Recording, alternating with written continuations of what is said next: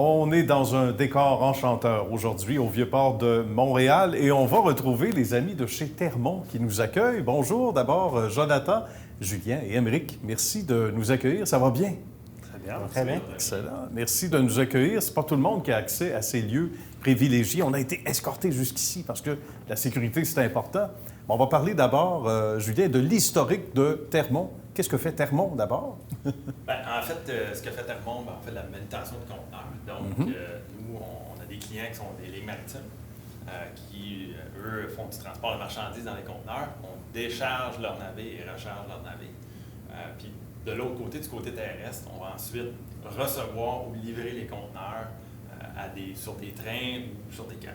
En termes de bagages ici, ça paraît pas, là, ils sont pas vieux, mais les trois, vous avez déjà une belle expertise, chacun son rayon. Et ça, c'est important, Jonathan, quand on regarde le travail des gens ici et les accomplissements à travers les années. Ça se fait pas, comme on dit en criant ciseaux, il y a rien qui appartient au hasard. C'est parce que chacun est dans sa bonne chaise. Absolument. Absolument. Bien, en fait, on est effectivement de bagages différents, là, nous trois. Julien, effectivement, malgré son jeune âge, a fêté 20 ans dans l'industrie. Quand même. Mais bon, effectivement, un gros bagage en tout ce qui est autour du maritime, en fait, puis vraiment par rapport à Termont. Là. Donc, le port de Montréal, c'est pas mal son univers depuis toujours. Moi, j'ai été à l'extérieur plus longtemps. Je me suis joint ici il y a quelques années, mais avec un bagage externe. Je pense qu'Émeric aussi a un bagage qui est mixte. Donc, il a été ici un certain temps, il est allé à l'extérieur, il est revenu. Donc, c'est intéressant parce que l'idée, en fait, c'est un peu ça, c'est qu'on espère d'avoir une vision qui n'est pas juste, oui, s'assurer qu'on respecte l'historique puis qu'on a appris de l'historique maritime, mais aussi qu'on a des gens qui arrivent avec un bagage complètement différent puis qui apportent une vision qui est complètement ailleurs que ce qui s'est déjà fait, en fait, dans le passé. Il y a l'agrandissement Vio. Qu'est-ce que l'agrandissement Vio? C'est pas le boulevard, là. Non, donc on parle du terminal Vio, Oui. qui est notre deuxième terminal. On est ici au terminal Maisonneuve. Le terminal Vio a été ouvert en 2015 et on achève de compléter l'expansion du terminal Vio. Là. Donc en 6 ans, finalement, ça nous aura permis de multiplier par 2 la capacité de Termont, finalement, grâce à l'ouverture de ce terminal-là.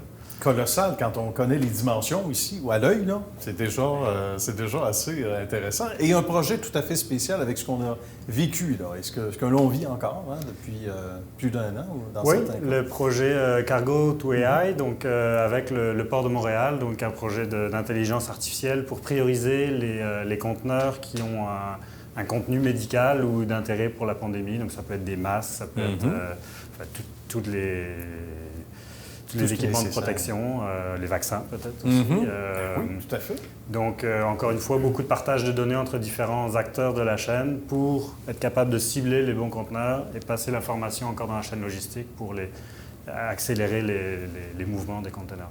Et on reconnaît les vrais à travers ceux qui, dans l'adversité, font la différence et s'ajustent comme ça. Bravo. Parlant de différence, il y a le projet FNCO. On en parle un petit peu, Jonathan.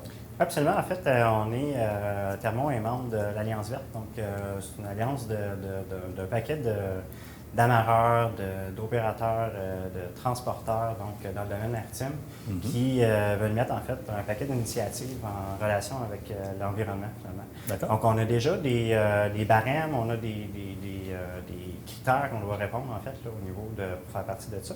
Puis, on a, bien entendu, un processus d'amélioration continue, mais on cherchait donc des projets dans cet ordre d'idées-là, puis on est arrivé en fait avec un projet, le projet FNCO. FNCO qui est une entreprise en fait québécoise aussi, qui ont commencé à faire un produit hybride en fait. Donc ils prennent des véhicules qui sont déjà existants, des moteurs diesel au gaz, là, donc comme nos tracteurs de cours ici. Ils ont fait beaucoup aussi de camions à vidange. Okay.